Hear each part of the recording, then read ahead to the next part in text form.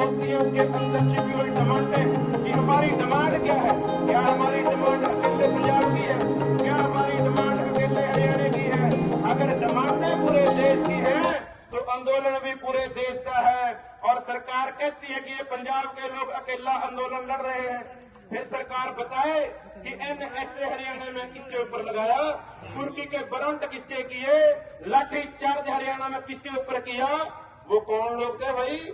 किन लोगों को जेलों के अंदर बंद किया एमपी के अंदर, किन लोगों को जेलों के बंद किया राजस्थान के अंदर, किन लोगों को जेलों में बंद किया बिहार के अंदर, किन लोगों को बंद किया तमिलनाडु और केरल के अंदर।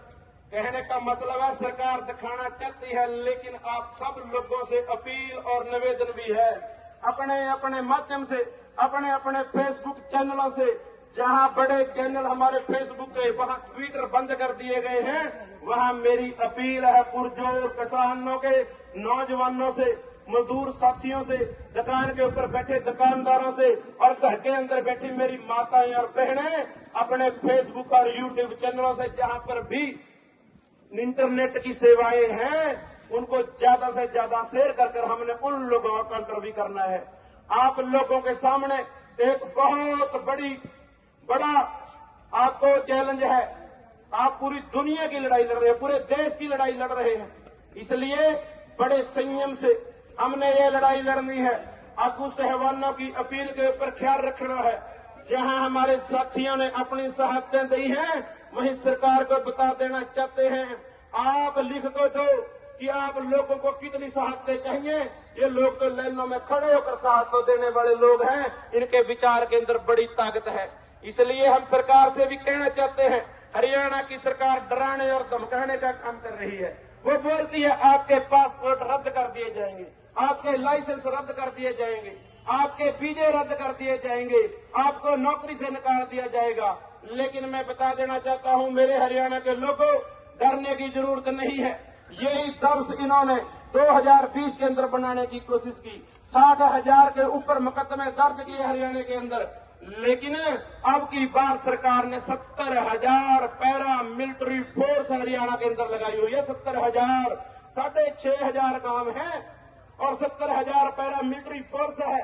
हरियाणा की फोर्स अलग है, लेकिन उसके बावजूद भी सरकार को बड़े बड़े नाके, लाठी चार्ज और लोगों के ऊपर मुकदमे दर्ज कर और हर एक गांव के अंदर पैरा मिलिट्री फोर्स के फ्लैग मार्च निकाल कर लोगों को धमकाने का, डराने का काम कर रही है। लेकिन हम बता देना चाहते हैं सरकार को, कब तक पैरा मिलिट्री फोर्स लगाओगे?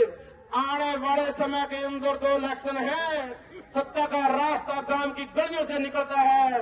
यही बैरिकेड, यही लोग जब आपको गलियों में सवाल करेंगे, आपके पास किसी भी सवाल का जवाब नहीं होगा। फिर उस दिन ये पैरा मिलिट्री फोर्स आप लोगों की सपोर्ट नहीं कर सकेगी। आपका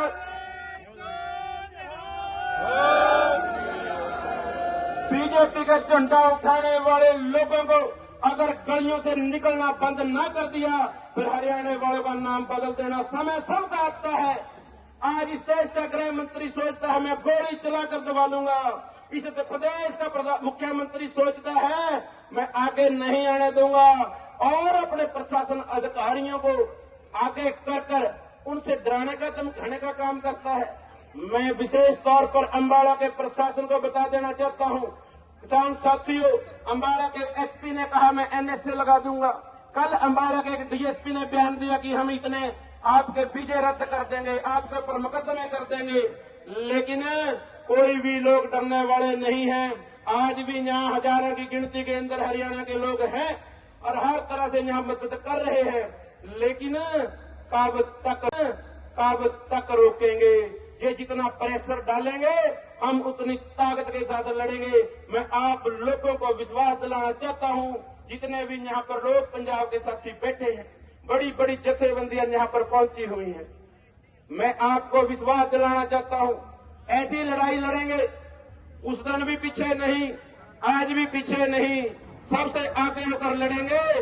लेकिन ऐसी लड़ेंगे दुनिया खड़ खड़ कर देखेगी, लेकिन सरकार को लोहे के चने ना चबा दे, फिर आने वालों का नाम नहीं। आपने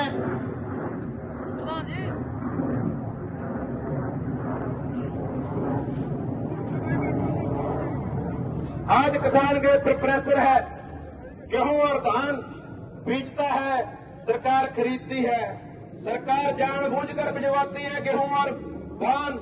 इनके पास देने को कुछ नहीं है, इनके पास बांटने के लिए अनाज नहीं है, लेकिन हमें समझना है इनकी चाल को।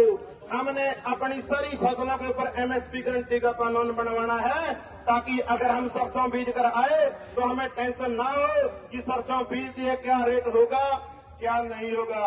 मक्की बीज दी, अगर काटने का समय आया तो टेंशन ना हो, फसल 900 रुपये बिकेगी, 1900 रुपये बिकेगी। हमने जो आपकी मानसिक दशा इन्होंने बना दी है उसको भी मजबूत करना है और अपने टीचे के ऊपर भी रहना है, अपने किसान को मजबूती के लिए और इस देश की अर्थव्यवस्था को मजबूत करने के लिए। दे ले सरकार अडानी को, जहां अंबानी को 14 लाख करोड़ का मुआवजा दे दे, उनको इतनी सहायता, लेकिन वो देश की अर्थव्यवस्था को सुधार नहीं सकते। वो चंद आदमी हैं, लेकिन अगर इस देश को एमएसपी गारंटी का कानून मिला तो इस देश की अर्थव्यवस्था को कोई रोक नहीं सकता, इस देश की मजबूती को कोई रोक नहीं सकता। लेकिन दिक्कत क्या है? दिक्कत क्या है?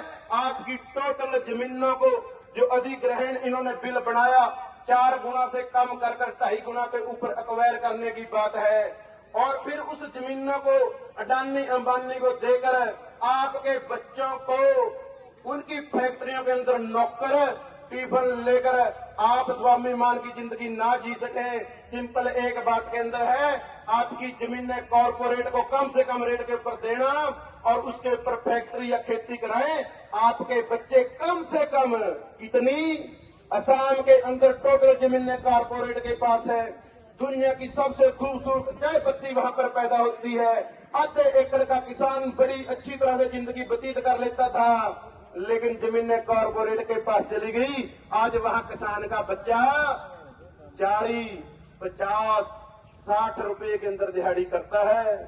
इसलिए ऐसा ना हो आने वाले समय के अंदर हमारे बच्चे दर की ठोकरें खाएं, हम हर रोज सुसाइड करें। इन सब चीजों को ख्याल में रखते हुए पूरे देश के किसानों को इस आंदोलन में शामिल होकर आने वाले समय के अंदर हम स्वाभिमानता से जिंदगी जी सकें, हमारे बच्चे अच्छे स्कूलों में पढ़ सकें और मेरे बुजुर्गों का इलाज अच्छे हॉस्पिटलों में हो सके।